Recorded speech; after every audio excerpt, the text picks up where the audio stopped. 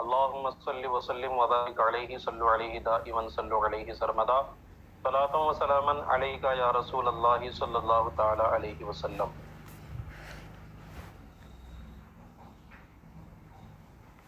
ہماری چل رہی تھی حقیقت اور مجاز کی۔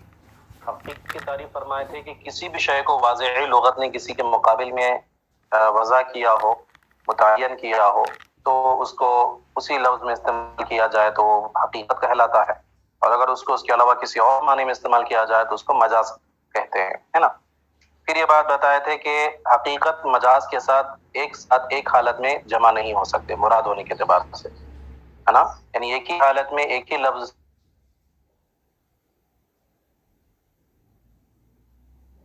یا تو معنی مجاز مراد ہو، تو اسی اعتبار سے کچھ تفریعات جو ہے مصنف علیہ الرحمٰن نے پیش فرمائی تھی۔ آج آئیے آج بھی کچھ تفریعات پڑھتے ہیں۔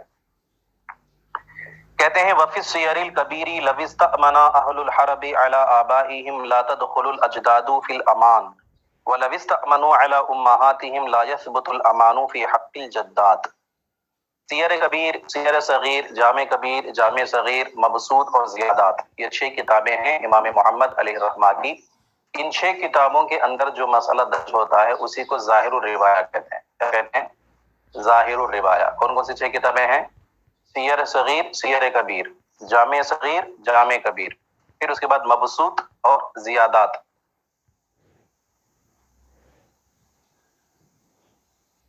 ہیں ان کے اندر جو مسائل درج ہوتے ہیں اسی کو ظاہر الروایہ، آپ نے کہیں پڑھا ہوگا ظاہر الروایہ میں یہ ہے، تو ظاہر الروایہ انہی کے اندر درج شدہ مسائل کو کہا جاتا ہے۔ بہرحال تو سیر کبیر کے اندر ایک مسئلہ امام محمد علیہ الرحمہ نے بیان فرمایا ہے۔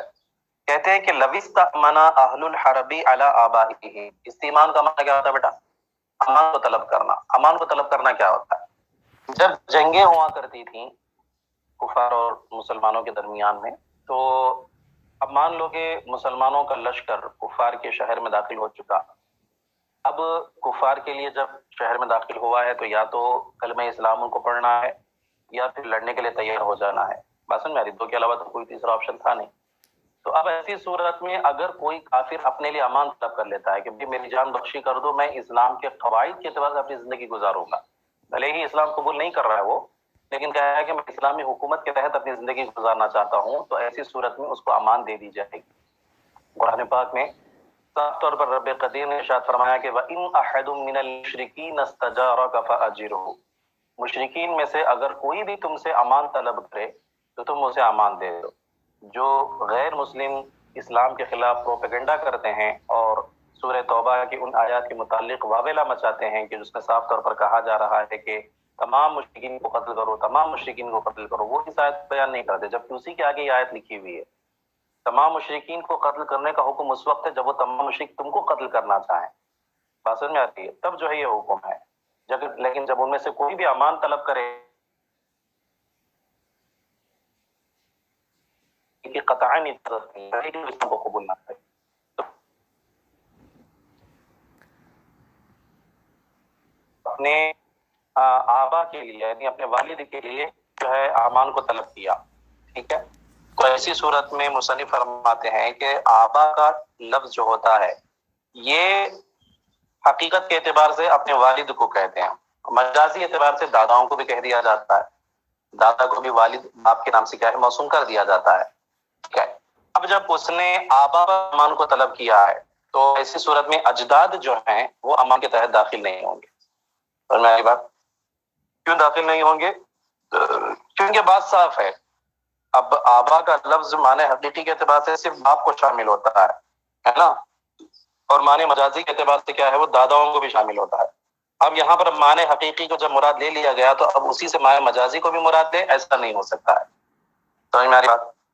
اسی طرح سے اگر کوئی اپنے امہات پر امان کو طلب کرے تو جدات جو ہیں نانیاں وہ امان کے تحت داخل نہیں ہوں گی، کیونکہ امہات کا لفظ حقیقت کے اعتبار سے ماؤں کو کہتے ہیں اور مجازی اعتبار سے دادیوں کو نانیوں کو بھی کہا جاتا ہے۔ بات سمجھ میں آ رہی ہے بیٹا؟ تو جب معنی حقیقی یہاں پر مراد لے لیا گیا تو اب معنی مجازی کو مراد نہیں لیں گے، اسی کو کہتے ہیں کہ لو استأمن اہل الحرب، اہل الحرب مطلب جنگ والے کفار، کہتے ہیں جنگ والے اگر اپنے آبا پر امان کو طلب کریں لا تدخل الاجداد فی الامان، تو ایسی صورت میں اجداد جو ہیں، دادا اور نانا وغیرہ، یہ لوگ امان کے تحت داخل نہیں سب کریں تو لا یثبت الامان فی حق الجداد، تو ایسی صورت میں امان جو ہے وہ دادیوں کے حق میں یا نانیوں کے حق میں جو ہے ثابت نہیں ہوگا، ہے نا۔ یہ چونکہ پہلی کتاب ہے بیٹا اصول فقہ کی، اس وجہ سے اس میں اتنا ہی بتایا ہے، لیکن آپ آگے چل کر کے جب مسلم شریف وغیرہ پڑھیں گی تو اس میں آپ کو بتایا جائے گا کہ اگر اس کا برعکس معاملہ ہو، یعنی اگر کوئی اپنے آبا پر امان کو طلب نہ کرے بلکہ اپنے ابنا پر امان کو طلب کرے، اپنے بیٹوں پر، تو اس بیٹوں کو جب امان دے دیا گیا تو بیٹوں کے تحت پوتے بھی شامل ہوں گے، نواسے بھی شامل ہو جائیں گے، سمجھ میں بات۔ اسی طرح سے اگر کوئی اپنی بیٹیوں پر امان کو طلب کرے تو بیٹیوں کے ساتھ ساتھ پوتیاں اور نواسیاں بھی شامل ہو جائیں گی، وہ کیوں شامل ہوں گی وہ ایک الگ بحث ہے، اس کو انشاءاللہ آپ اس وقت پڑھیں گی، یہ بس آپ کو میں نے سمجھنے کے لیے آپ کو بتا دیا ہے، ٹھیک ہے۔ بہرحال یہاں تک یہ مسئلہ سمجھ میں آیا آپ لوگوں کو؟ ہاں جی جی حضرت۔ وَعَلَى هَذَا قُلْنَا، ایک اور تفریح پیش فرماتے کہتے اسی بنیاد پر ہم نے کہا، کس بنیاد پر کہ معنی حقیقی اور معنی مجازی دونوں کو ایک ساتھ جمع کرنا ممکن نہیں ہے نا، اسی بنیاد پر ہم نے کہا کہ اذا اوصى لأبکار بنی فلان لا تدخل المصابة بالفجور فی حکم الوصیتی، کہتے ہیں کہ اگر کسی شخص نے کسی قبیلے کی باقرہ کنواری لڑکیوں کے لیے وصیت کی تو ایسی وصیت کے اندر وہ بچی یا وہ لڑکی جس کے ساتھ زنا بالجبر ہوا ہو وہ داخل نہیں ہوگی۔ اس مسئلے کو پہلے سمجھیے بیٹا، مسئلہ کیا ہے۔ دیکھیے، اگر کسی بچی کے ساتھ معاذ اللہ رب العالمین کسی لڑکی کے ساتھ اگر زنا ہو گیا، ٹھیک ہے، مجبوراً زنا ہو گیا، تو ایسی صورت میں شرعی اعتبار سے اس کو باقرہ ہی کہیں گے، سیبہ نہیں کہیں گے۔ بات سمجھ میں آ رہی ہے؟ باقرہ، سیبہ، دو قسم کی عورتیں ہوتی ہیں نا، ہاں، باقرہ اور سیبہ۔ تو جس لڑکی کے ساتھ میں زنا ہو گیا ہو، زیادتی کی گئی ہو، ظلم کیا گیا ہو، وہ بچی، وہ لڑکی جو ہے شرعی اعتبار سے باقرہ ہی کے حق میں آتی ہے، یعنی اس کے احکامات باقرہ ہی کے احکامات ہوں گے، سیبہ کے احکامات نہیں ہوں گے۔ سیبہ کے احکامات الگ ہو رہے ہیں، مثلا جیسے کہ نکاح کا معاملہ ہے، نکاح میں باقرہ لڑکی کی صراحت کے ساتھ اجازت ضروری نہیں ہے نا، اگر وہ اشارے سے بھی اجازت دے دیتی ہے یا جو ہے وہ اجازت کے وقت میں اگر وہ مسکرا دی ہے نا، یا اور بھی اس کے بہت سارے قرائن بیان کیے گئے کتاب و نکاح کے اندر، تو اس کو اجازت مان لی جائے گی، لیکن سیبہ اگر ایسا کرے گی تو اس کی اجازت نہیں ہوگی۔ سیبہ جب تک صراحتاً اجازت نہ دے ہاں میں اس نکاح سے خوش ہوں، تب تک نکاح کا معاملہ نہیں ہوگا۔ تو کہنے کا مطلب یہ کہ باقرہ اور سیبہ کے احکامات الگ الگ ہوتے ہیں شریعت میں، سمجھ رہی بات۔ اب جس بچی کے ساتھ بھی زنا ہو گیا ہو، گناہ ہو گیا ہو، جرم ہو گیا ہو، تو وہ حقیقت کے اعتبار سے تو وہ باقرہ نہیں رہی، سیبہ ہو گئی ہے نا، زنا ہونے کی وجہ سے، لیکن چونکہ شریعت کے اعتبار سے اس بچی کا باضابطہ طور پر نکاح نہیں ہوا تھا تو لہذا وہ باقرہ ہی کے زمرے میں رہے گی، ہے نا۔ تو جو چیز شرعی طور پر کچھ اور ہو، حقیقت کے اعتبار سے کچھ اور ہو، تو اس کو مجاز ہی کہتے ہیں۔ مجاز کا معنی کیا ہوتا ہے؟ جو معنی حقیقی کے معنی میں استعمال نہ ہو، اب چاہے وہ شریعت کے معنی میں استعمال ہو یا کسی اور معنی میں استعمال ہو، بس معنی حقیقی میں مستعمل نہیں ہو رہا ہے تو وہ مجاز ہے۔ تو جو معنی شرعی ہے گویا کہ وہ بھی کیا ہے، مجاز ہی ہے نا۔ اب مسئلہ سمجھیے، مسئلہ کیا ہے؟ مسئلہ یہ ہے کہ کسی انسان نے وصیت کیا کی تھی کہ بنی فلاں یعنی فلاں قبیلے کی جو باقرہ لڑکیاں ہیں ان کو یہ میرا استعمال میں سے اتنا اتنا دے دینا، ٹھیک ہے۔ تو وصیت کس کے لیے ہوئی تھی؟ قبیلے کی باقرہ لڑکیوں کے لیے۔ اب ایسی صورت میں جو اس قبیلے کی جو لڑکیاں ہیں ان میں سے ایک ایسی باقرہ لڑکی بھی ہے جس کے ساتھ زنا بالجبر کیا گیا ہے، بات سمجھ میں آ رہی؟ تو وہ حقیقت کے اعتبار سے تو باقرہ نہیں رہی، اگرچہ شریعت کے اعتبار سے وہ باقرہ ہے، اس کے سارے احکامات باقرہ ہی کے احکامات رہیں گے، بات سمجھ میں آ رہی ہے۔ لیکن چونکہ حقیقت کے اعتبار سے وہ سیبہ ہے، باقرہ نہیں ہے، تو اس وصیت میں وہ داخل نہیں ہوگی۔ کیوں؟ اسی وجہ سے کہ جب معنی حقیقی یہاں پر باقرہ سے مراد لے لیا گیا ہے تو معنی شرعی جو معنی مجازی ہے اس کو مراد نہیں لے سکتے ہیں، سمجھ میں آ رہی بات۔ اگرچہ شریعت کے اعتبار سے وہ بچی جس کے ساتھ زنا بالجبر ہوا ہے وہ کیا ہے، باقرہ ہی ہے، باقرہ ہی کے حکامات اس پر لاگو ہوں گے، لیکن اس وصیت کے تحت وہ داخل نہیں ہوگی، سمجھ گئے بات۔ دیکھیے کہتے ہیں وَعَلَى هَذَا قُلْنَا، اسی بنیاد پر ہم کہا کہ اذا اوصى لأبکار بنی فلان، ابکار بکر کی جمع ہے، باقرہ لڑکیوں کو کہتے ہیں کہ جب کسی شخص نے بنو فلاں کی باقرہ لڑکیوں کے لیے وصیت کر دی تو کہتے ہیں لا تدخل المصابۃ بالفجور، اصاب یصیب اصابۃ کا معنی ہوتا ہے پہنچ جانا، اور اسی سے مصابہ کہتے ہیں مصیبت کے مارے کو، جس کے ساتھ مصیبت پہنچی ہو، جس کے بعد جس کو تکلیف پہنچائی گئی، اسی کو المصاب کہتے ہیں، مصاب مذکر کے لیے اور مصابت مؤنث کے لیے، اور فجور جو ہے یہ گناہ کو کہتے ہیں۔ تو کہتے ہیں تو وہ بچی، وہ لڑکی جس کے ساتھ زنا بالجبر کیا گیا ہے، جس کے ساتھ گناہ کیا گیا ہے نا، وہ جو ہے اس وصیت کے تحت داخل نہیں ہوگی۔ وجہ کیا ہے داخل نہ ہونے کی، وہ میں آپ کو بتا چکا ہوں۔ ایک اور مسئلہ بیان فرماتے ہیں کہ وَلَوْ أَوْصَى لِبَنِي فُلَانٍ وَلَهُ بَنُونٌ وَبَنُو بَنِيهِ كَانَتِ الْوَصِيَّةُ لِبَنِيهِ دُونَ بَنِي بَنِيهِ۔ ہاں جی، بنی بنی مسئلہ سمجھ میں آ گیا؟ بالکل آسان مسئلہ۔ اگر کسی شخص نے بنو فلاں کے لیے وصیت کی، بنو فلاں سے مراد مان لو کہ ایک قبیلہ ہے، زید نام سے قبیلہ، کہا کہ بنو زید کو دے دینا۔ بنو زید کا مطلب کیا ہے کہ زید قبیلے کے جتنے بچے ہیں، جتنے لڑکے ہیں، جتنی نسل ہے، ان کو یہ مال دے دینا، ٹھیک ہے۔ اب بنو فلاں جب اس نے کہا تو معنی حقیقی جو ہے صرف اس کے لڑکے ہوئے، لیکن معنی مجازی کیا ہے؟ ان لڑکوں کے جو لڑکے ہیں یا لڑکیاں ہیں، بات سمجھ میں آ رہی ہے؟ یعنی اس قبیلے کے جو فرزندان ہیں، لڑکے ہیں، وہ تو معنی حقیقی کے اعتبار سے بنو فلاں ہیں، لیکن ان لڑکوں کے بھی جو لڑکے ہیں، اولاد ہے، ان کی جو نسل ہے، وہ بھی کیا ہے؟ بنو فلاں ہی ہے، لیکن مجازی اعتبار سے۔ بات سمجھ میں آ رہی ہے؟ تو اب ایسی صورت میں وصیت کس کی ہوگی؟ تو کہتے ظاہری سے بات ہے بنو فلاں کے لڑکوں کے لیے ہوگی، ان لڑکوں کے لیے وصیت نہیں ہوگی۔ سمجھ گئی بات؟ اسی کو کہا ہے، کہتے ولو اوصالی بنی فلانین، اگر کسی شخص نے بنو فلاں کی وصیت کی، وَلَهُ بنون، اور اس کے لیے حال یہ ہے کہ اس بنو فلاں کے لڑکے ہیں، وہ بنو بنی ہی، اور ان بچوں کے بھی بچے ہیں، ہے نا، لڑکے بھی ہیں، پوتے بھی ہیں، تو کہتے ہیں کانت الوصیۃ لبنی ہی، تو ایسی صورت میں وصیت صرف اولاد کے لیے ہوگی، دون بنی بنی ہی، نہ کہ اولاد کی اولاد کے لیے، یعنی صرف لڑکوں کے لیے وصیت ہوگی، پوتوں کے لیے وصیت نہیں ہوگی۔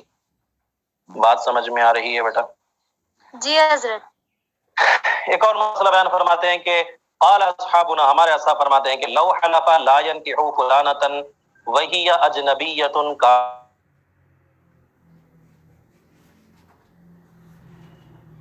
ایک آدمی نے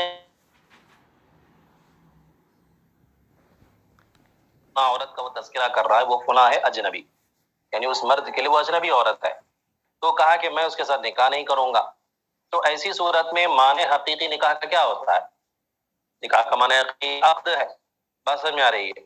اب مان لو کہ خدا نخواستہ معاذ اللہ رب العالمین ثم معاذ اللہ، اگر اس شخص نے اس عورت کے ساتھ زنا کر لیا، تو کہتے ہیں وہ قسم کا توڑنے والا شمار نہیں ہوگا، اس کی قسم نہیں ٹوٹے گی۔ بات سمجھ میں آ رہی ہے؟ زنا کا گناہ ہوگا وہ الگ چیز ہے، اس سے بحث نہیں ہم یہاں پر، بحث اس سے ہے کہ جب اس نے وہ قسم کھائی تھی کہ میں اس کے ساتھ نکاح نہیں کروں گا، تو زنا اگر کر لیا معاذ اللہ، تو اس سے اس کا قسم نہیں ٹوٹ پائے گی۔ کیوں نہیں ٹوٹ پائے گی؟ کیونکہ قسم میں اس نے کہا تھا کہ میں اس کے ساتھ نکاح نہیں کروں گا، اور نکاح کا حقیقی معنی عقد ہوتا ہے، تو معنی حقیقی جب مراد لے لیا گیا تو معنی مجازی زنا ہو، جمع ہو، وغیرہ وغیرہ، وہ سب ختم ہو گئے۔ صحیح بات؟ تو جب معنی حقیقی مراد لے لیا گیا تو معنی مجازی کو نہیں لے سکتے ہیں آپ، تو لہٰذا اب اگر وہ معاذ اللہ اس کے ساتھ زنا کر لیتا ہے، زنا کا گناہ تو الگ ہوگا، وہ بات الگ ہے، لیکن وہ قسم نہیں ٹوٹے گی، اس کی قسم کا کفارہ اس کو دینے کی ضرورت نہیں پڑے گی۔ ہاں، وہ نکاح کرتا ہے اس کے ساتھ تب قسم ٹوٹ جائے گی، تب اس کو قسم کا کفارہ دینا پڑے گا۔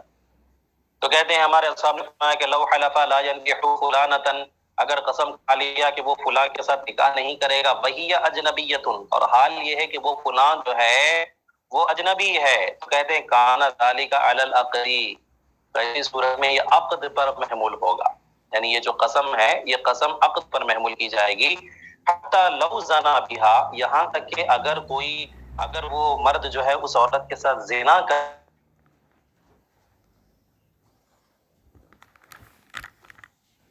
بات سمجھ میں آ گئی بیٹا؟ ہاں جی، وہ سمجھ میں آ رہا ہے؟ سن رہی ہیں سب لوگ دھیان سے؟ اب یہاں سے بیٹا احناف کے مذہب کے اوپر اعتراضات وارد کیے جا رہے ہیں، اور پھر ان اعتراض کا جواب مصنف ذکر فرمائیں گے۔ تین اعتراض وارد کیے گئے ہیں، صرف اعتراض پڑھ لو، جواب انشاءاللہ کل پڑھیں گے۔ اعتراض کیا ہے؟ بہت آسان سے اعتراض ہے۔ اعتراض کہاں سے پہلے سنیے۔ سب سے پہلا اعتراض ایک شخص یہ کرتا ہے کہ آپ کہتے ہیں کہ معنی حقیقی اور معنی مجازی دونوں کو ایک ساتھ جمع کرنا ممکن نہیں ہے، ٹھیک ہے، آپ یہی کہہ رہے ہیں نا؟ اب یہاں پر قائل جو ہے تین مثالیں پیش کر رہا ہے جہاں پر معنی حقیقی اور معنی مجازی دونوں کو جمع کیا گیا ہے۔ پہلی مثال پیش کرتا ہے کہ اگر کوئی انسان قسم کھا لے کہ میں فلاں کے گھر میں قدم نہیں رکھوں گا، کیا قسم کھا لے میں فلاں کے گھر میں قدم نہیں رکھوں گا، تو ایسی صورت میں وہ اگر قدم رکھنے کا حقیقی معنی کیا ہے، پہلے اس کو سمجھیے. قدم رکھنے کا حقیقی معنی کیا ہے؟ چوکھٹ کے اندر قدم کو رکھیں، پھر باہر نہیں،